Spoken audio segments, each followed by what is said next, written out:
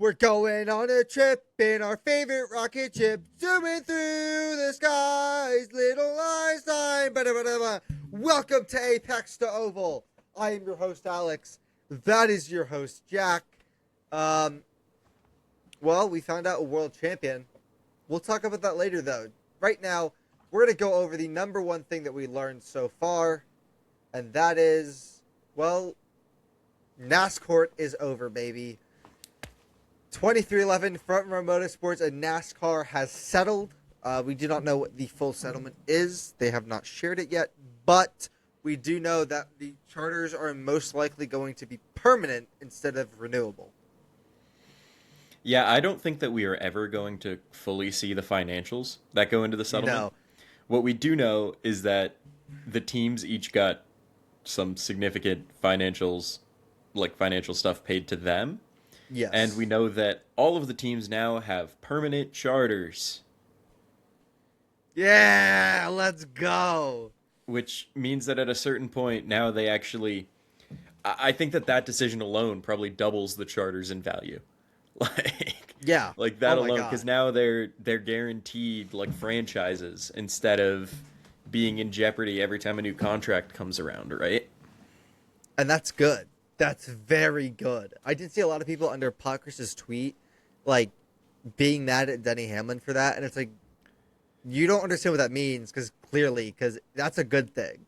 Like, the charters being permanent is a good thing in this case. That's good for the teams, for sure. Yeah. Because it lets them build equity just like any other sports league.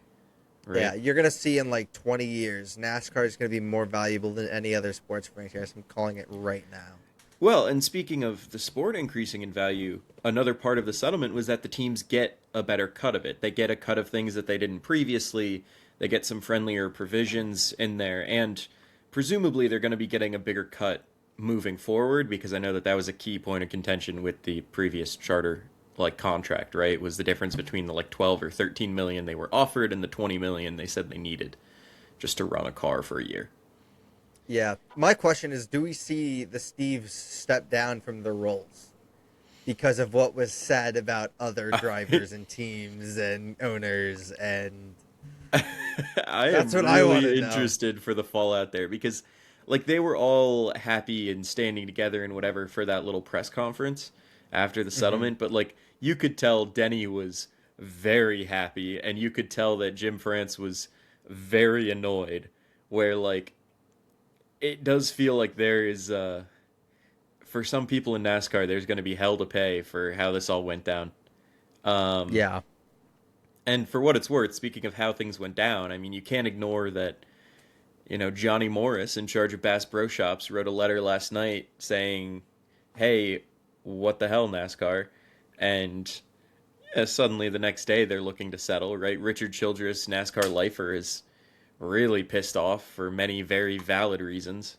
And if it wasn't for the settlement this morning, today a fair amount of it was going to have some discussion, I think, of NASCAR presenting evidence that was probably illegally obtained thanks to that NDA that the potential RCR investor had signed. It was going to get even messier for NASCAR, considering they had presented their case for a day, it felt like.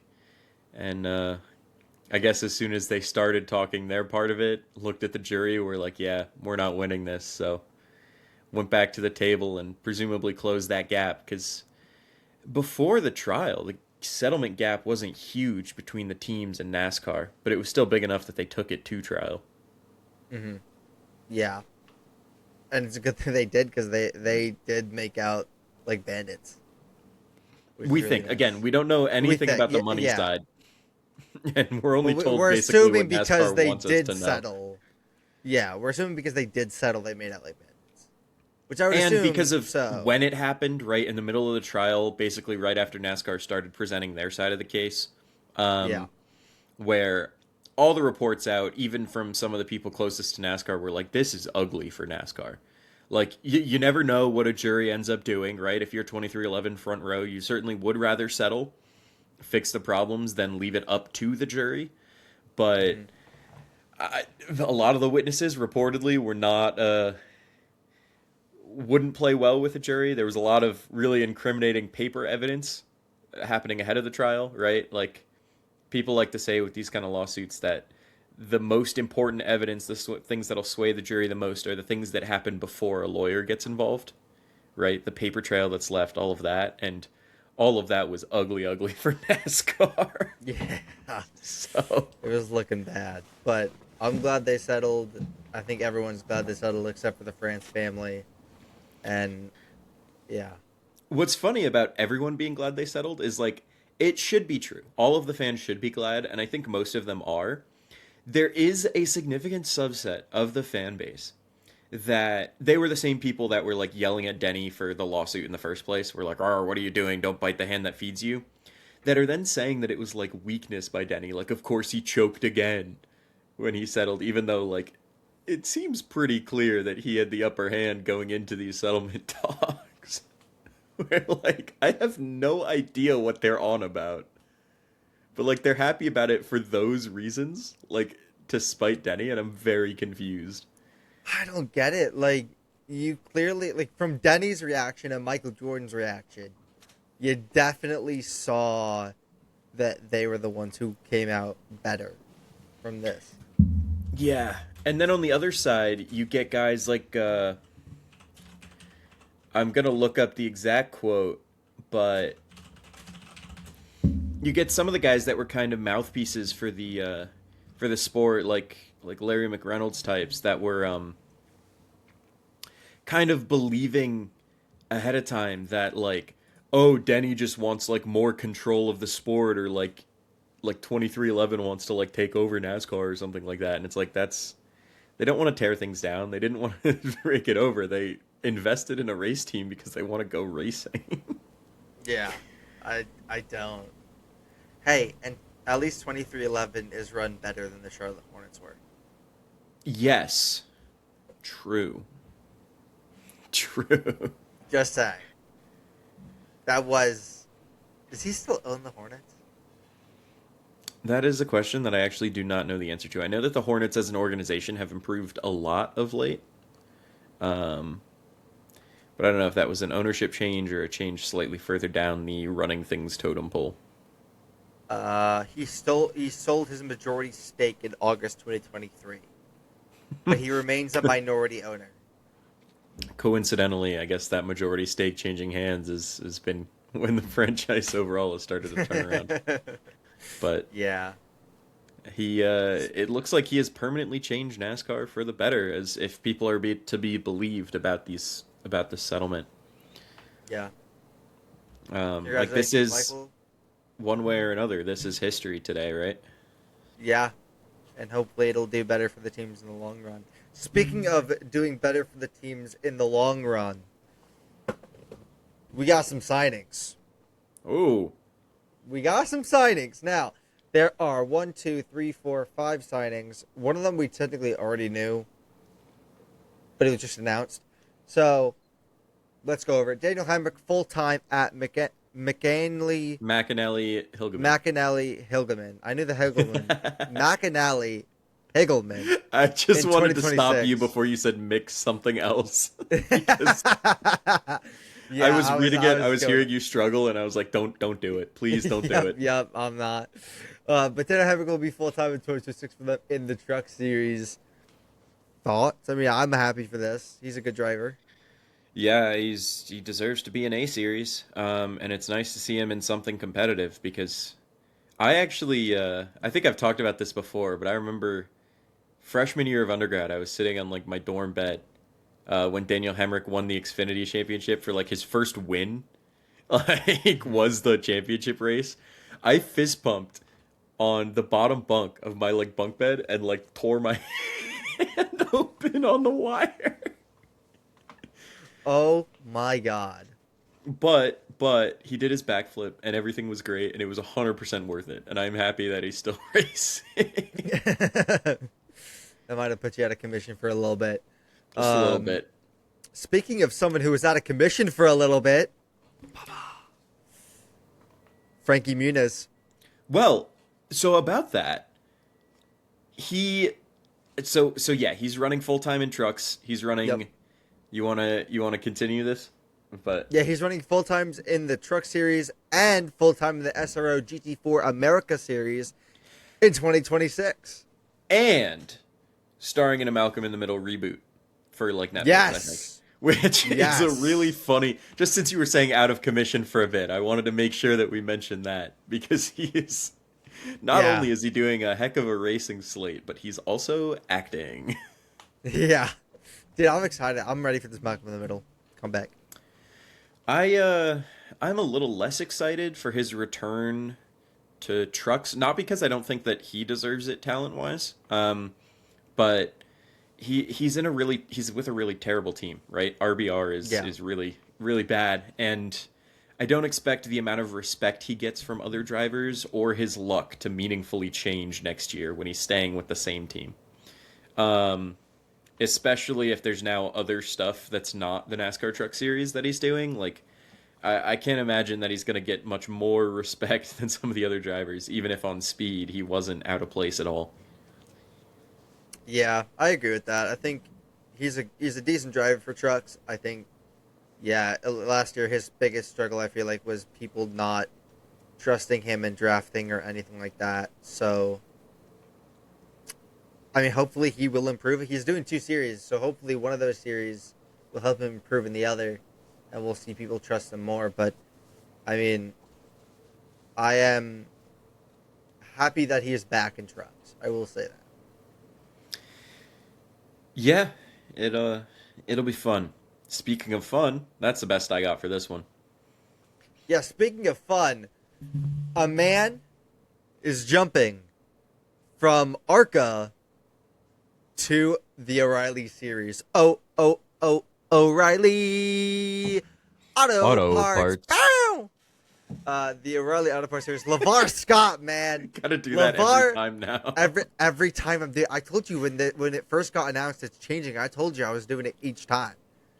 At least the first time when I mention it. Um, but Lavar Scott jumping from the ARCA Menard series where he finished second this past season to the O'Reilly series with Alpha Prime Racing in 2026 running full time. I'm super excited about this. I'm always excited when a good driver moves up. Obviously, he's skipping trucks.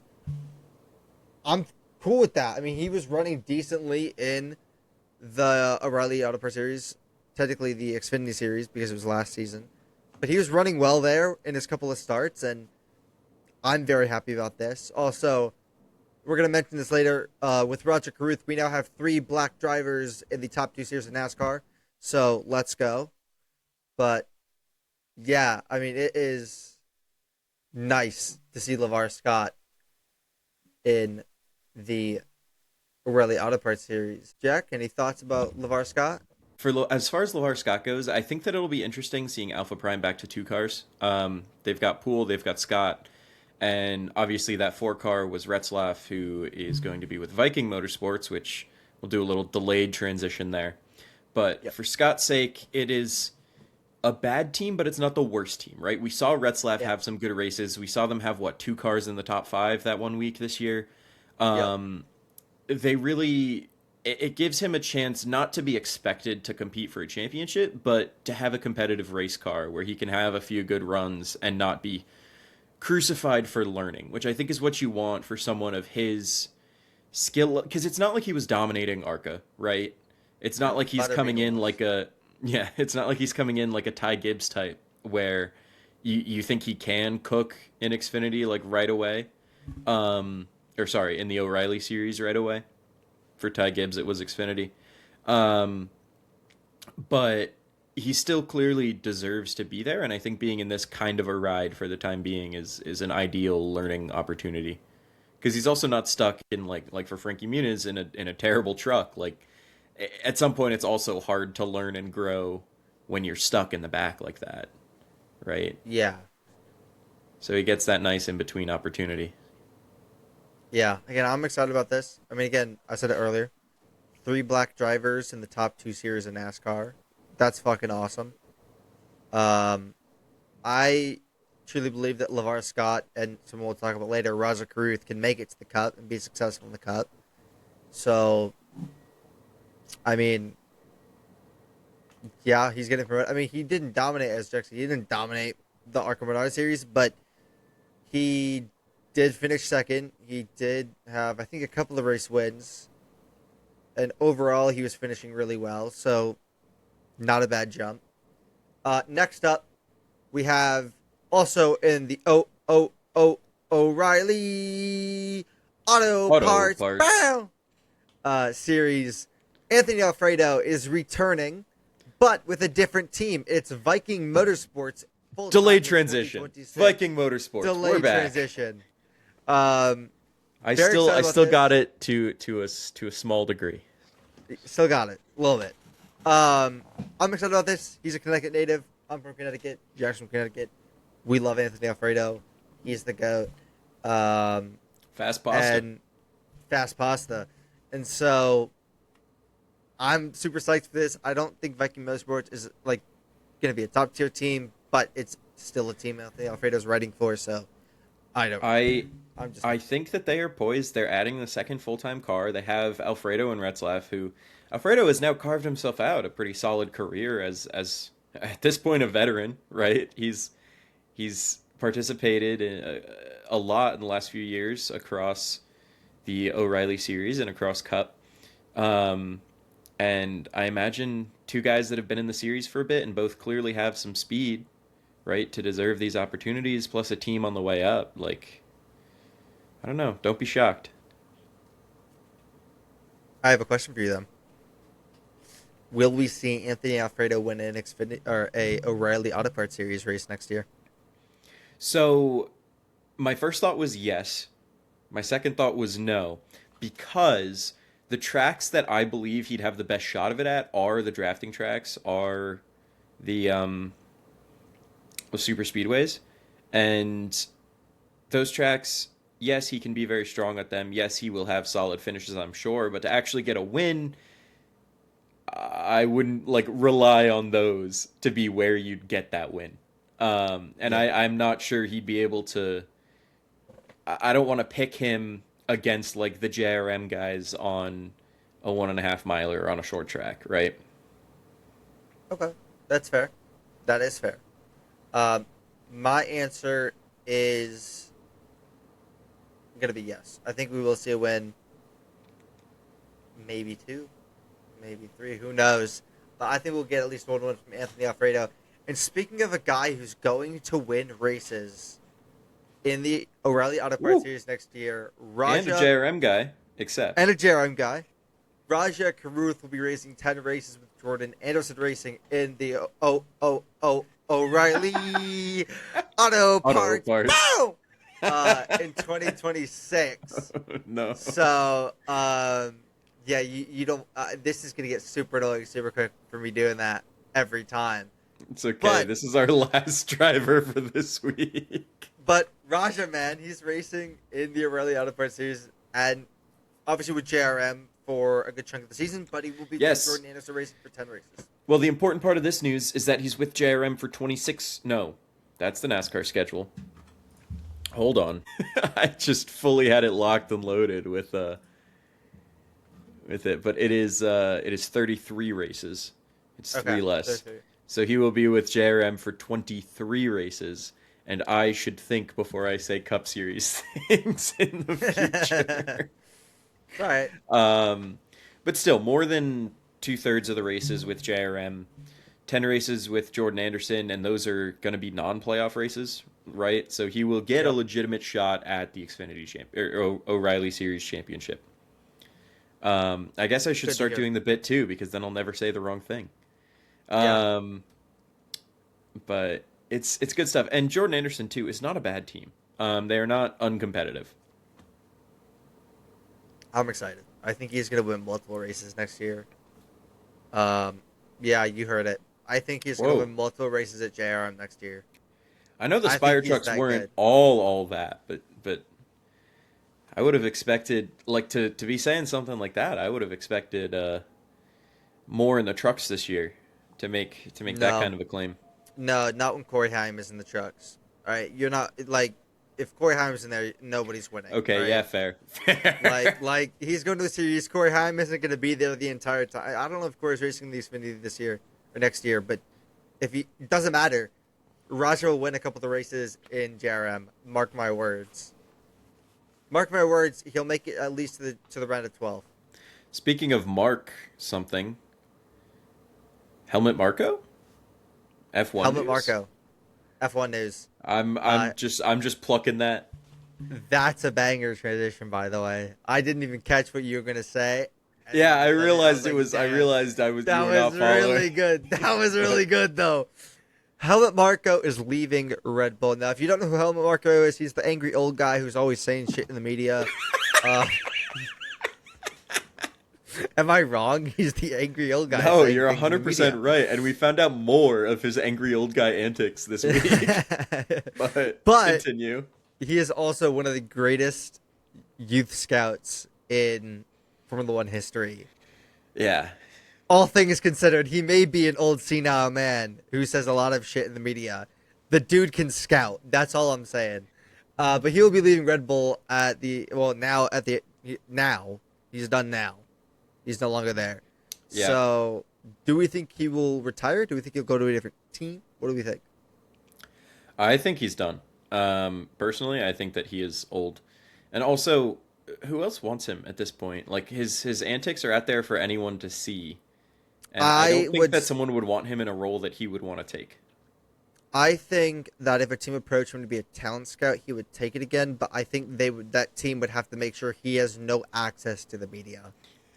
Well, Zero I think the access. problem is None. it's just he contributes to like a rotten culture. Like Horner left, yes, but Marko is also behind a lot of the quick triggers with the drivers, right? Marko, as far as moving forward, like, you know, we saw the team come around to Yuki, like Yuki. Marko is the one that signed Arvid to the like RB yeah. seat without the team like knowing, or like without the team's approval. Didn't he also sign Alex Dunn? Yes, I was gonna get there to the junior team. Yeah, so first with Arvid Lindblad, he signed him to the RB seat without like the team's approval, without like passing it by people. Really, just kind of unilaterally did it, which then obviously that ended up sticking. But like this is the kind of behavior that we're talking about. And then of course later in the season, Alex Dunn shakes free from McLaren because of Marko talking to him, because you know there wasn't necessarily a seat that he was going to get there, and Marko was really sweet talking him to try to bring him over to Red Bull, signs him to the like, you know, academy, like signs him as a Red Bull driver with nobody's approval when the team had told him no. And then in that case, like they kept Arvid around, yes, which, you know, they may have done otherwise, they may not have. But for Dunn, he gets a fat payout because Red Bull has to instantly sever the contract. Like say, hey, never mind, Helmut Marko was just acting completely on his own. That's really screwed up. But also, he's screwed. Like now he's not in either academy. I mean, honest, if I were Red Bull, I would have just kept Alex Dunn on the roster. He's a talent and a half. But yeah, but for whatever reason, they couldn't. I don't think that they would have paid out that like buyout if they could have, right? Like he is talented. Yeah, that's fair. Whatever else, but like now he's what? Now he's trying to get in with Alpine. Like no, I think it was Haas. Oh, Haas now. I think it might have been Haas. I know he had Lewis been trying to get with Alpine. Because when Lewis retires after next season, most likely he's going to leave Ferrari at least. Bearman's going to jump to Ferrari, and then I think the plan was Alex goes up to Haas. Speaking of Ollie Bearman, do we want to cover? Yeah, let's cover quickly. The storm. There's some old Ollie Discord Bearman plays messages. Fortnite.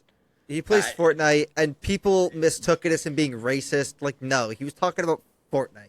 I don't know about mistook versus willingly misrepresented. Yeah, I think that this is the kind of quote unquote cancel culture that like people complain about. That like actually is at its worst. Obviously, I think in general it's a very kind of overblown term, but in this specific case, it was when Lewis Hamilton was announced as a Fortnite skin, and Ollie Bearman goes, "Oh, when can I buy him?"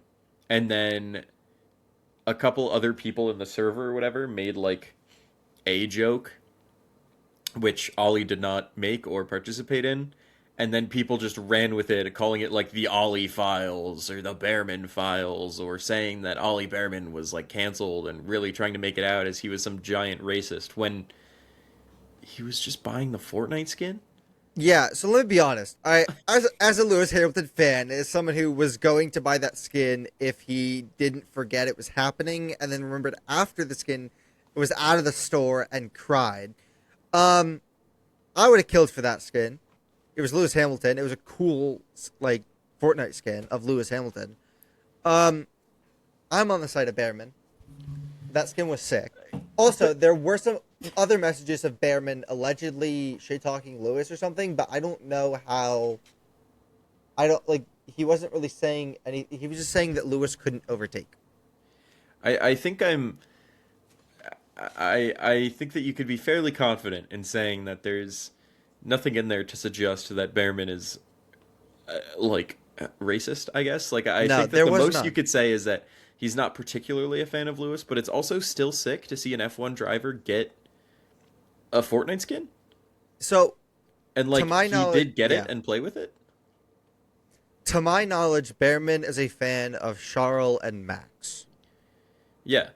He's not the biggest fan of Lewis, but he doesn't there's no bad feelings. Like, he's still he looks up to him still because it's fucking Lewis. Yeah, exactly. Like, it's Lewis. He has he has no bad feelings or emotions towards Lewis. He doesn't hate Lewis. He's not racist towards Lewis. Like, no, let's cut this shit out. He's none of that. None of it. Yeah. I just because I kept seeing people referring to it on my Twitter feed. I just kept seeing going, oh my god, they posted the Bearman files, and I'm just like, okay, what is going on? And then I saw what they're actually talking about, and I'm like, you're telling me that half the F1 fans on Twitter are up in arms about this? Yeah. It's we're not even a week into the off season. What do you mean? What are you talking about? Which Jack sent me a message, and it was actually very funny. Let me pull it up. It said, nope, that's the wrong thing. Hold up. It said, where is it? F1 scandals in the past. Illegal traction control software being present in the ECU, stealing blueprints of a championship rival's car, carefully choreographed crash to help teammate win a race and keep the team afloat. And then says, F1 scandals now, and it was a tweet of Lewis Hamilton's skin on Fortnite and then Bearman's message on Discord. Yeah. That was hilarious. But he's not racist. Let's move on. To be clear, I did not come up with that. That was Alex quoting a tweet that I sent him. Yes. To be 100% clear. Which, let's get into our next one. IndyCar is becoming NASCAR. Oh. What? Never mind. IndyCar time. IndyCar is becoming NASCAR and introduced an independent officiating board for 2026. Which I believe NASCAR also does. Yeah, I mean, I think it's a good thing, right? It is. They have two people who were chosen by the teams, and then they have one appointed by the FIA for a 3-member committee. And this separates IndyCar officiating from Penske in any way, separates any potential conflicts of interest, separates any of the kind of mess that has been some of the IndyCar officiating lately. Where there's a lot of stuff that kind of has felt sloppy lately, right? So we get both this independent system and a little more FIA involvement with IndyCar, which has been a common theme this week. Well, speaking of IndyCar again, the FIA is adjusting the super license points for IndyCar. Let's get a round of applause, everyone. I was trying to tee up with the FIA involvement with IndyCar stuff, but yes, you get more super license points. They kind of just added that it's 25 points for third place and slid the rest down a little, which makes it a lot easier to get to your 50 points. You don't basically have to win the series to be able to get yourself a super license. which is good. Which means if Pilot wins and then finishes, what is it, like Fourth. fourth, he has a super license. Yeah, I mean, I think that you can check who does or does not have a super license based on the new point system. And I don't think it's changed. It's no, for no, no, next no. year and beyond. Yeah, right? yeah, yeah. I Oh, I okay. guess I meant to say would or would not have, but Oh, okay. I think it was even like Scott McLaughlin like himself was like, "Whoa, I would have one." Would Scott Dixon have one? I would assume so. I don't actually know.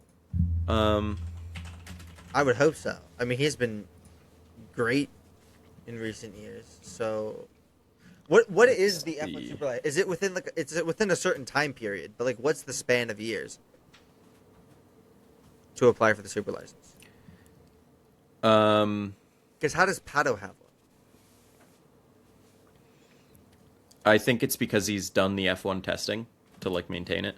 Um, Oh, but how did he win it though? He but wasn't an F2 or anything. no, I think that you can earn it by driving an F1 car. I forget exactly how all of it works because I didn't look into it Oh, like specifically. But in the meantime, from the last three IndyCar seasons, super license points for drivers in IndyCar, Pilot would have 120, obviously. Dixon, 65. Award, 65. McLaughlin, 51, where 50 is the cutoff. Right? McLaughlin could race in F1. Damn, he could Or have. sorry, 40 is the cutoff, not 50. I was gonna say, I think it said 40 in the thing. So Scott Yeah. McLaughlin, Scott Dixon, Pato, and then Pilot. Interesting. Um, yeah, and Herto would actually, with the new system, would be 1 point shy of a super license. He would have 39 from the last 3 years in IndyCar, and that's with Andretti being a disaster this year. Damn. That is kind of fire though. I'm actually happy about this. Um, Something I'm also happy about.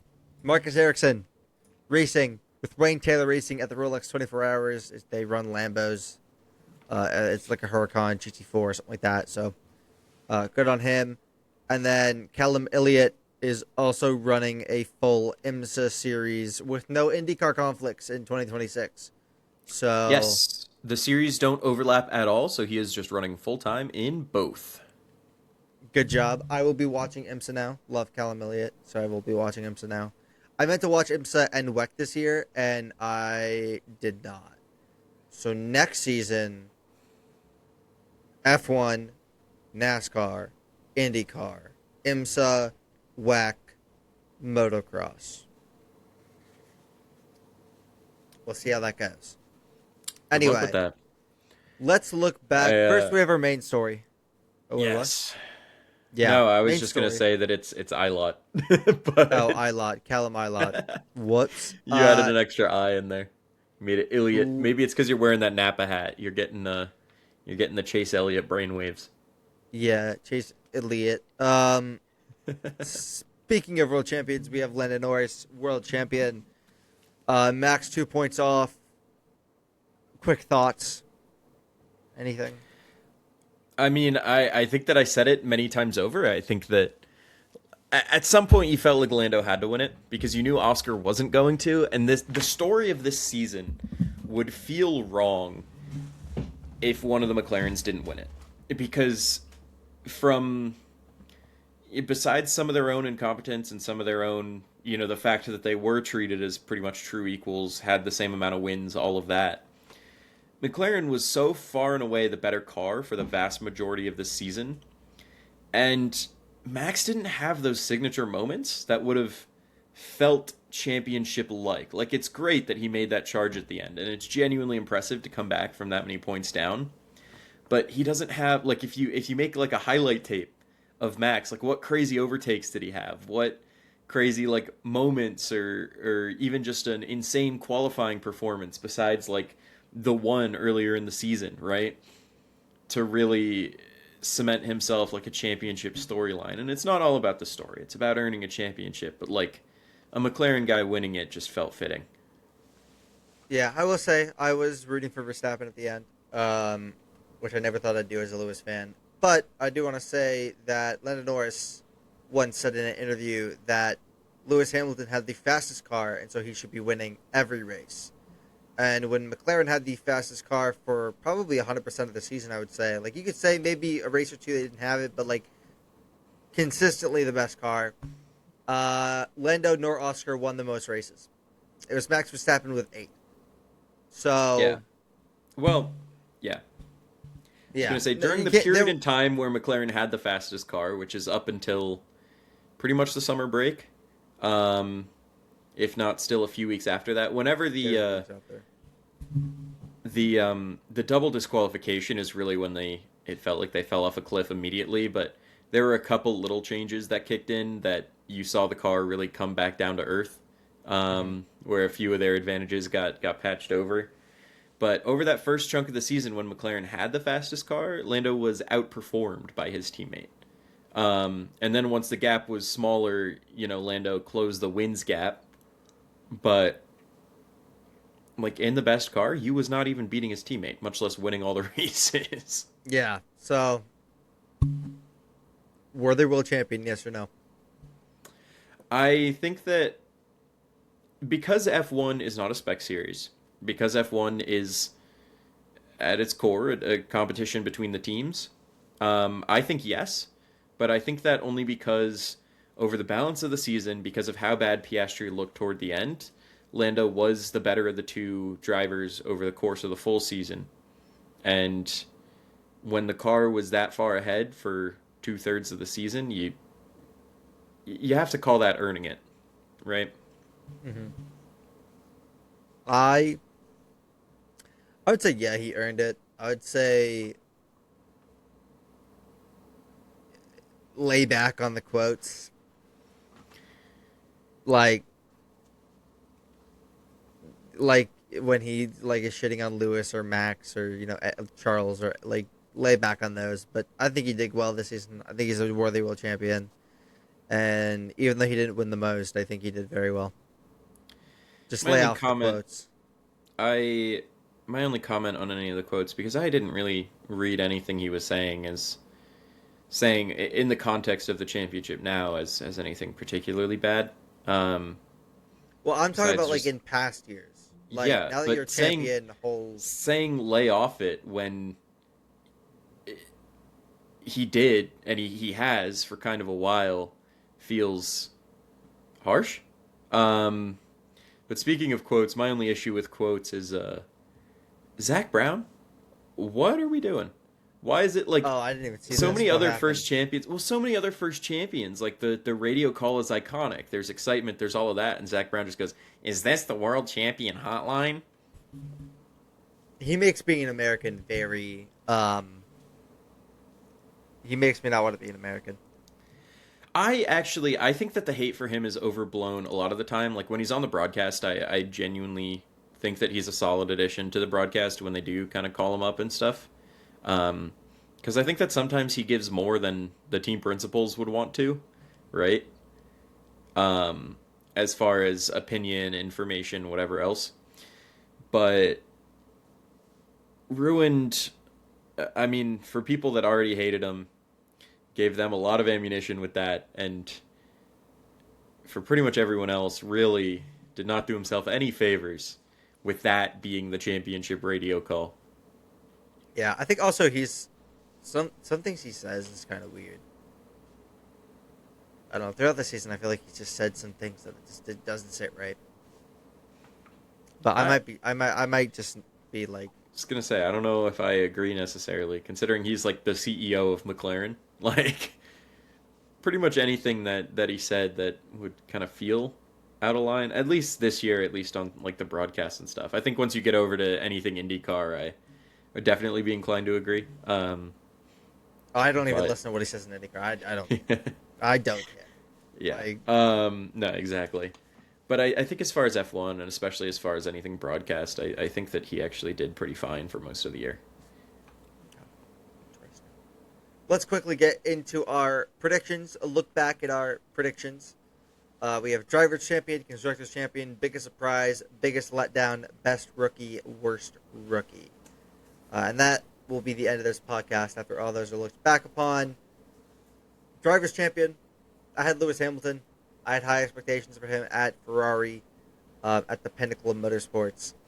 And Ferrari did not deliver. I would say Ferrari didn't deliver more than he didn't deliver. Now, the reason why I say that is because Lewis particularly has not been good with many a car in this current regulations. Last regulations from 2014 to 2020 or 2021, he was electric. But since then, he has been very lackluster overall, except for 2023. And you kind of saw it continue here, but worsen a lot. I think the pressure might have gotten to him. I think he himself had a negative viewpoint on himself for the majority of the season, which I don't think I don't think it helped at any point. So I'm still partially blaming Ferrari and partially blaming Lewis for this. But I'm going to say it wasn't a bad pick per se. I think I was just too optimistic for what would happen. I think that Ferrari didn't do Lewis any favors. I think that organizationally we found out even more of how much of a mess they kind of are. I also think that Lewis got lapped by his teammate, right? All right. Well, Charles has been great this regulation, so I don't know what we're talking about. Okay. I'm just saying, come next year, if Charles laps him again, Charles the GOAT. Otherwise... That's fine, but I don't think that you can spin Lewis's performance relative to Charles as anything but a massive disappointment. Ferrari doesn't pay Lewis an assload of money to have him finish that far behind his teammate. No, but also Lewis is more name brand. As of now. Yeah, but Ferrari clearly signed him to be a driver, not just to be I was going to say someone selling like bobbleheads, but this isn't baseball. They do Funko Pops. How about that? Because I do have a Lewis Hamilton Funko Pop. But like he was signed because they believed that he could still be a world championship caliber driver, and the gap to Charles a lot of the races was brutal. Yeah, I'm gonna check it up to the regs, and if next season he still sucks, then I will concede.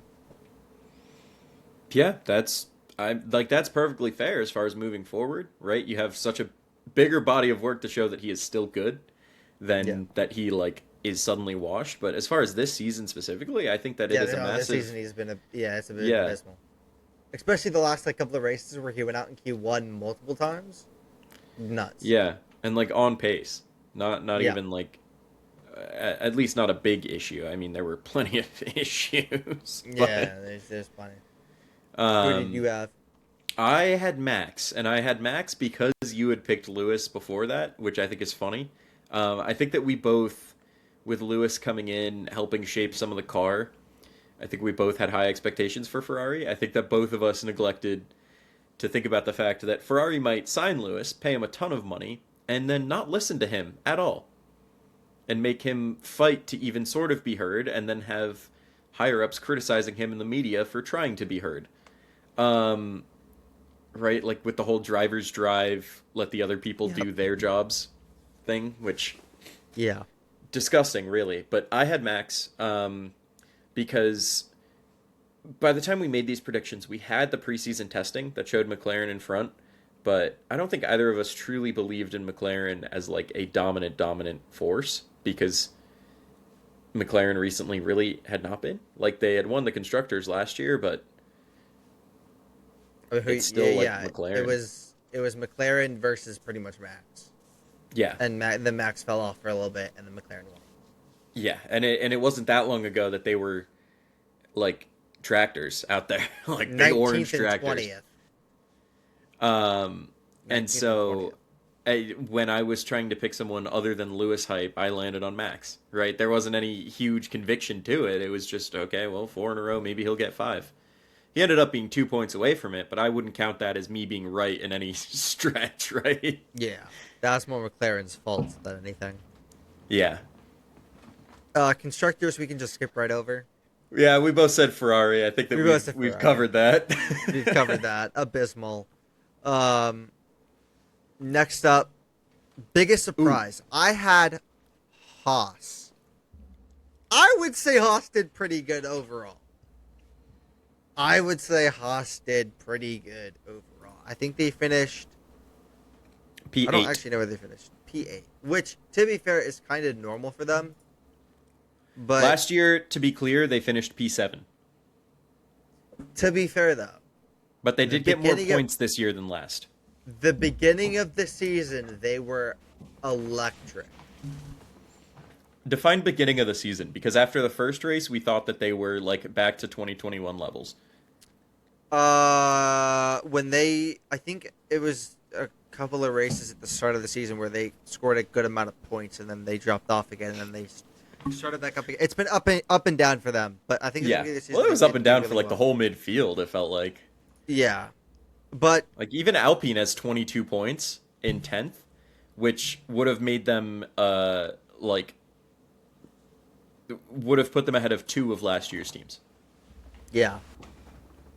But I would say that's not bad. I think they did improve, but I think one of our teams that we picked was a lot better. So I picked Williams to be a surprise, and they went from P9 in the constructors with 17 points last year to P5 behind only the big 4 with 137 points.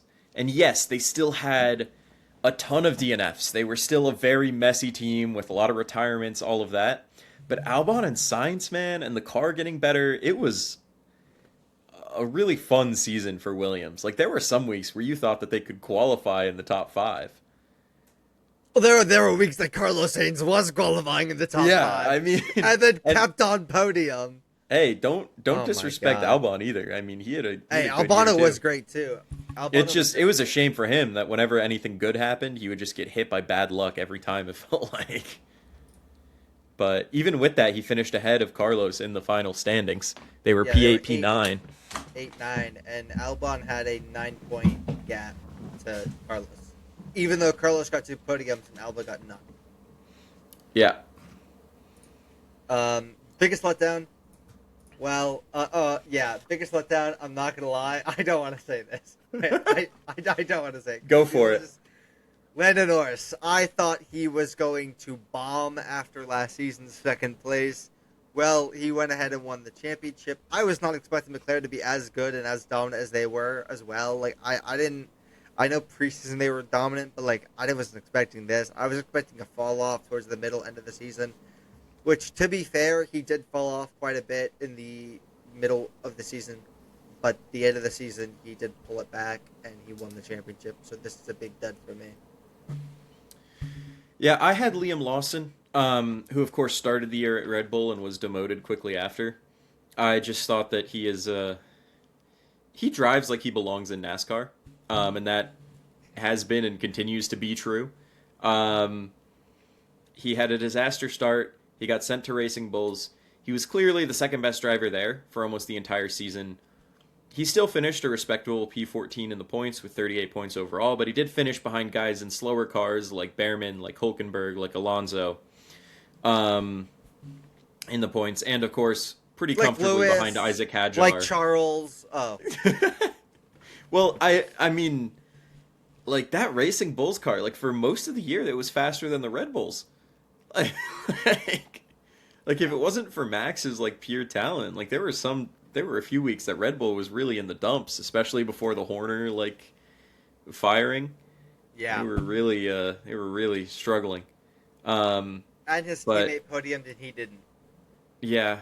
Lawson, I mean, he really did put it together, tried to get it back on track once he went down to RB, but it still, I think that I'm justified in saying biggest letdown because he had his seat for a whole like 2 weeks. I think you were. I think I've hit on none of them, and you've hit on 2 of them. Best I rookie. still think that Haas was a fine pick. They just points wise because everyone in the midfield was like competitive. Like that's true. they had a lot of points that just still put them lower in the standings than they were. Yeah.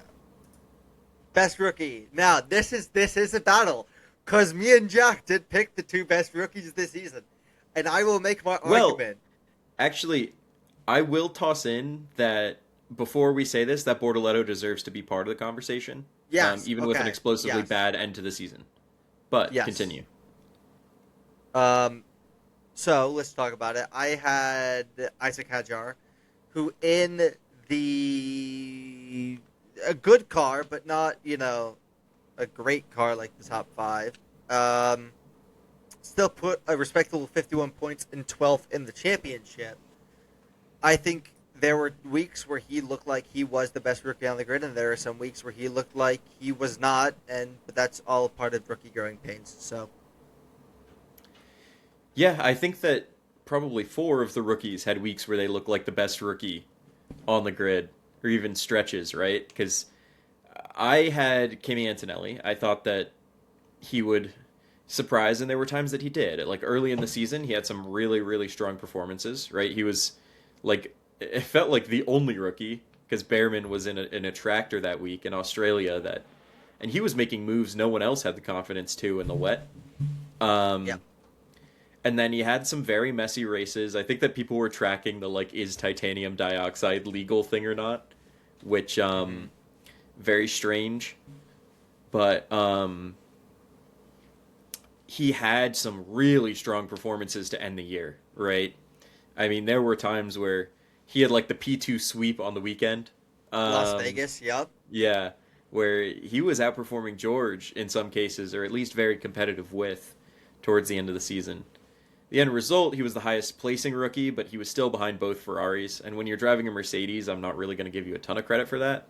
And I think taking the season as a whole, he probably is still behind Hadjar, who earned himself a Red Bull seat.